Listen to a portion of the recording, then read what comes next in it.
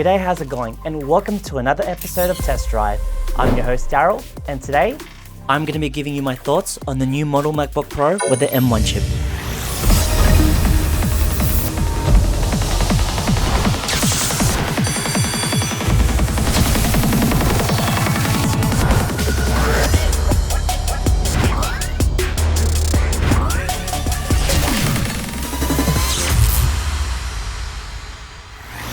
Okay, so the company has had this MacBook Pro since July 2022. We've primarily been using it for video editing. Other applications we use are Photoshop, a bit of After Effects, Illustrator, and of course, all those other apps that we use for work.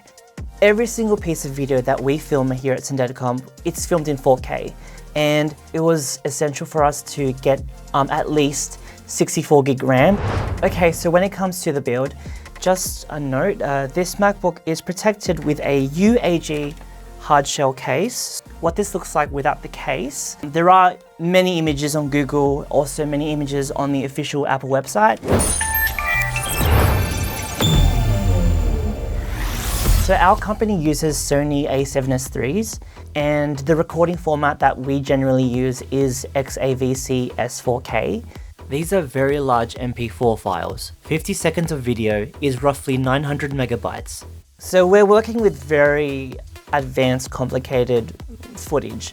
And still, when we work with that footage in Premiere Pro, the footage isn't choppy. That is such a big plus for me. So with our raw 4K footage, when we play it off our folders here, it's two things. It's instant and it's smooth. In comparison, opening these files in an older MacBook was super irritating. We couldn't get preview files. If we tried to open the file in QuickTime, we'd get a blank screen. Nor could we simply open the file in preview. We had to open the file in VLC. I find exporting video in 4K so quick. Exporting a 4-minute 4K video took 1 minute and 18 seconds. That's really impressive, and I found that to be so convenient and so time efficient. I exported the same video on an older MacBook Pro, and exporting took 3 minutes and 46 seconds. That's a massive difference. Now on the flip side, when it comes to editing and exporting stuff in After Effects, the more complicated animations and the more complicated projects that you do in After Effects, that process will obviously take some time.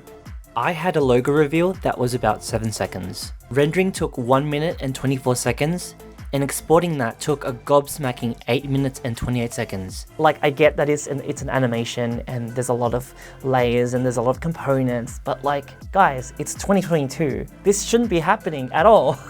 While we're still on the topic of video dimensions, I found playing 8K video on YouTube quite seamless as well. Even playing 4K video on YouTube on that old MacBook, it had its own problems. But for this one, playing 8K video on YouTube is absolutely flawless. Now let's compare the two MacBooks playing 8K on YouTube. The old MacBook clearly has a lot of problems. It has buffering issues, it's jittery, and it's laggy.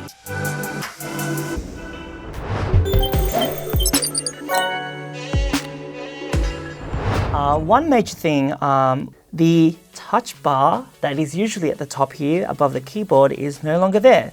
It's a bit of a conundrum because on the previous MacBook Pro models, I was an avid user of that touch bar because I work with video so much in my day job, but also I'm on YouTube all the time.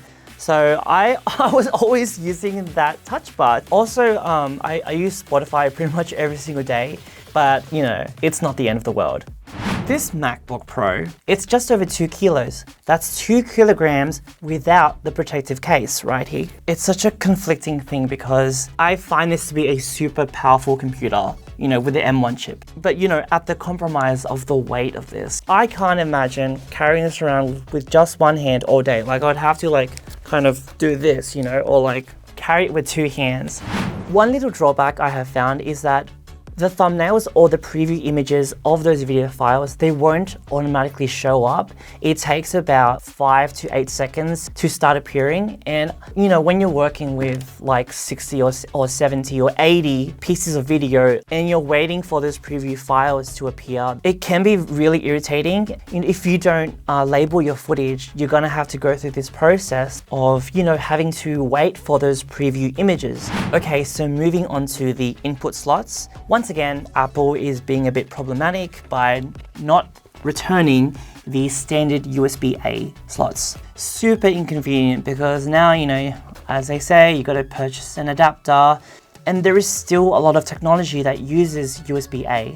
On the bright side, I do appreciate the fact that they have a built-in HDMI port there and also an SD card slot. Anyone who is a photographer or a videographer, you know, we've all experienced, you know, what it's like to rock up on set or like rock up to work and somehow you've forgotten your SD card adapter. So that's a nice little plus on Apple's behalf. I find the M1 chip very powerful, especially working with 4K video. It's been a very positive experience editing, rendering, exporting 4K video. If your job or your career is mostly about sending emails and receiving and sending assets, I personally wouldn't recommend this because this is something for if you're a photographer or a videographer. You know, if you use the Creative Cloud suite, I definitely would recommend this. But if you are, you know, an animator and you use After Effects to render and export the more complicated projects, I would highly recommend upgrading to the latest model with the M2 Max chip processor and with 96 gigabytes of unified memory. Anyway, those are my thoughts on the new model MacBook Pro with the M1 chip. Once again, my name is Daryl. Give us a like, leave a comment, and if you haven't already, subscribe to us. I'll see you next time on the next episode of Test Drive. See ya.